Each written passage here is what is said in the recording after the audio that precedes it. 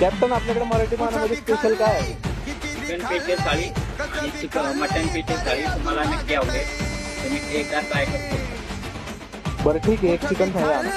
किती बी खाल्लंय कसं बी खाल्लंय तरी अजून मागतय. गावरान कोंबड ऑलवेज गड्या टेस्टीच लागतय.